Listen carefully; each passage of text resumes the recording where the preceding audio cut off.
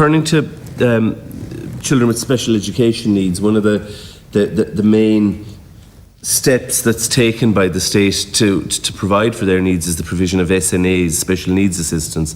Now, the state has struggled historically to provide sufficient SNAs and to sufficiently incentivise people to become SNAs.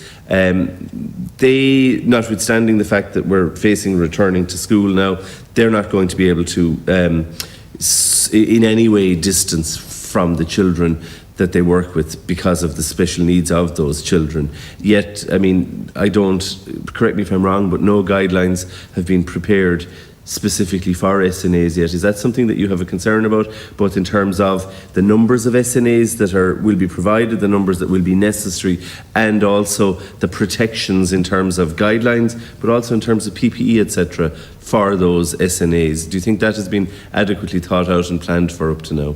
But again, I think it's an issue which needs further work and certainly further clarity and guidelines from the HSE and the medical individuals in terms of how we manage this. And certainly there would be some anxiety in relation to ensuring that it's managed effectively. One thing that we want to ensure is that there are no barriers. So when it comes to the procurement of the required equipment, that would be made available to schools, and certainly that there wouldn't be any funding barriers for the schools trying to put that in place. And that's why they need grants and money up front to ensure that they can pay for such equipment. But certainly that is an issue that we will be working very closely with all of the stakeholders in terms of ensuring that the very best provision and the best and safest plans are put in place to support our special needs assistants, who are a crucial strand and a crucial support in our classrooms. I mean, it's been a while since I went to primary school, and I suppose, I was an only child, so I learned to socialise there. But, children, patterns have changed considerably since you or I were in primary school. Children are typically being dropped off earlier, and children are typically staying a lot later in primary schools through after hours, homework clubs, etc., because of changing work patterns in society. What's going to happen with early drop-offs, homework clubs, etc., do you think? This is something, again, that, from an operational point of view, we're going to have to put in place plans. And again, we're going to need the buy-in of the whole school community. So it's going to be very, very important that the school leaders, the staff, and the parents work very closely together, and of course the Board of Management, because at the end of the day it's the Board of Management who will sign off on all of these plans. But we've mentioned staggered openings. I think what we need to ensure is we minimise the number of people who are dropping off at any one time. But these are situations that have been managed successfully. I think you note over the last number of years it's unusual now for a school to be closed around things like snow days and that. And we have different plans in place and operational, I suppose, procedures for trying to ensure the safe access to the school and the safe collection from school. In relation to other services like breakfast clubs will still be very important, that we're in a position to put those in place for children.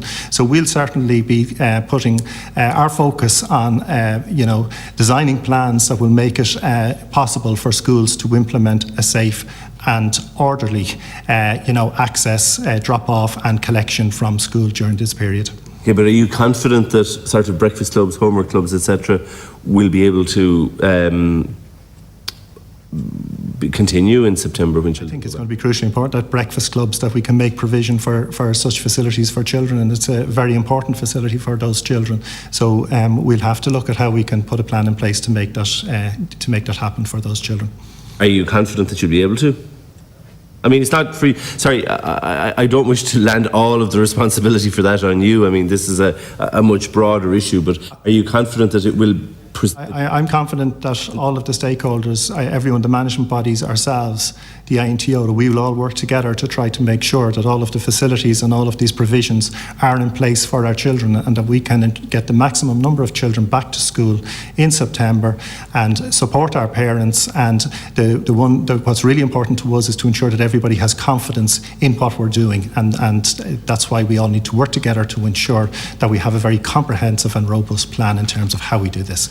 In terms of confidence, I'm confident that everybody is going to put every ounce of energy into ensuring that this happens. And the Department of Education, what's its role in all of this? Well, the Department of Education are going to have to come in behind us and ensure that we have the facilities, that we have the resources, that we have the flexibility that will be required to ensure that all of this can happen successfully. Are they coming in behind you at the moment on this? Well, certainly they're committing. Drop off homework clubs, etc. The specific issue of homework clubs hasn't been specifically discussed with the department at this stage. These meetings are happening on an ongoing basis. There's a meeting on today as we speak. But in relation to what the department have committed to the extra resources that will be required, I know that they're in negotiations with DEPA in relation to those issues, and we expect that the full system will come in behind the school system to ensure that we have the resources that will be required, because our society depends upon it. I mean, it's been 4 months now since the schools closed, and they're going to be reopening in 6 weeks. Time is ticking, and it's not, a criticism of you. It's not your sole responsibility in any way, but I think there are a lot of parents who are very worried about what the situation will be at the end of August when their children return to school, and whether they will be able to return to the workforce in conjunction with that, or whether they won't be. I'm not saying that it's for schools to adapt to the workplace, but there's going to have to be a lot of adaptation taking place. You basically, in your opening presentation, you talked about the need to balance the safety of those who work in the school environment and the right to education of children. Do you think that balance has been properly struck up to now in this debate and in looking at the issue of reopening schools? I think that, that to date there has been great community support and great community work has gone on around education and the provision of education since March. I think that everybody has worked together to try to ensure that we can put the best provision in place and to support those who are, teaching our students online, who are trying to engage with children who needed, to keep them, I suppose, in contact with the school system. And I think that going forward, what we really need to do is to ensure that people continue to support each other, that they will continue to work together, and that the crucial thing around this will be really good communication, really good training, robust training, and the department will put that in place for everyone in the school community so that everyone understands what we need to do. And what I'm saying is that in terms of we need to ensure that we all work together. And I get all of that, thanks very much, but I suppose my question is, there have been a lot of studies. McKinsey released a report and they talked about the capacity that this had to widen achievement gaps in the United States, in particular immigrant communities, vulnerable communities, Hispanic and Black communities, that there was a real risk of them falling further behind in achievement in the United States. In Ireland, obviously, we do have immigrant communities. We have new Irish communities. We have children who in the last couple of decades, children who are typically coming to school not speaking English and being at a disadvantage because of that, being a cultural disadvantage because they come from a very different background, grow up in a very different environment until they go to school. Are their particular needs being sufficiently taken account of? Children from the travelling community who encounter particular deprivation at home and don't enjoy perhaps the same, and I don't wish to generalise, but in many instances mightn't enjoy the same support at home for learning that other children might do. Do you think the right to education, I mean, we've heard a lot about the necessity for people to be safe, and I accept that, and the government have to do everything possible to ensure the greatest degree of safety, and I'll come to SNAs in particular in a second. But I've heard very little regard for the right to education, that these are Irish citizen children, and for the many children who are in Ireland who are not citizens, but are children who are here and in our school system who are not citizens, they still have a right to education, and that right has to be vindicated by this state if it's to have any regard to the idea of cherishing all the children of the nation equally.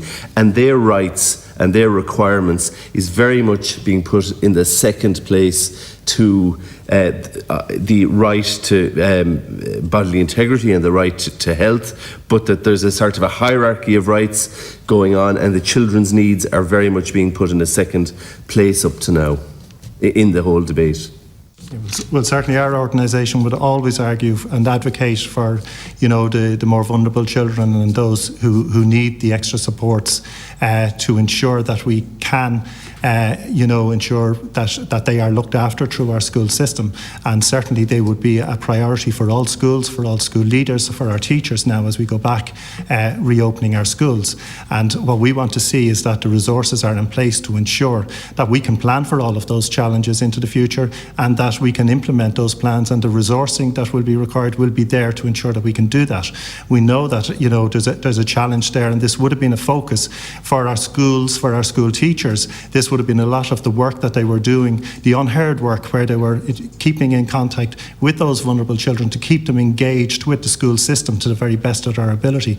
And that is work that we will have to prioritise when we go back in September. It's one of the challenges that we face, and you will find that every school leader, that every teacher, that they will be most focused on ensuring that happens successfully.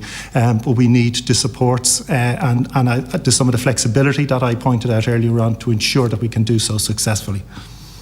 Yeah, I mean, the American Academy of Pediatrics recently produced a report saying this in turn places children and adolescents at considerable risk of morbidity, in some cases mortality. Beyond the educational impact and social impact of school closures, there has been substantial impact on food security, physical activity for children and families. Is that something that you think that's obviously a report based on the American experience, is that something that you think is mirrored by the Irish experience? Well, I think that you go to the very basics, and it's something that we fought hard for, was to ensure that children would continue to be fed through the school meals provision programme. And it was something that as an organisation that we took a leading role in to ensure that would continue. And it's, again, we want to commend the fact that will be made available during the summer period. But they're all of the services, all of those background services supporting school children, they require more and more investment, and they require the resources to ensure that we can do what we need to do to support those children. The one thing that can level the playing field for everyone is education, and we must ensure that we give every opportunity to every child to achieve through the education system.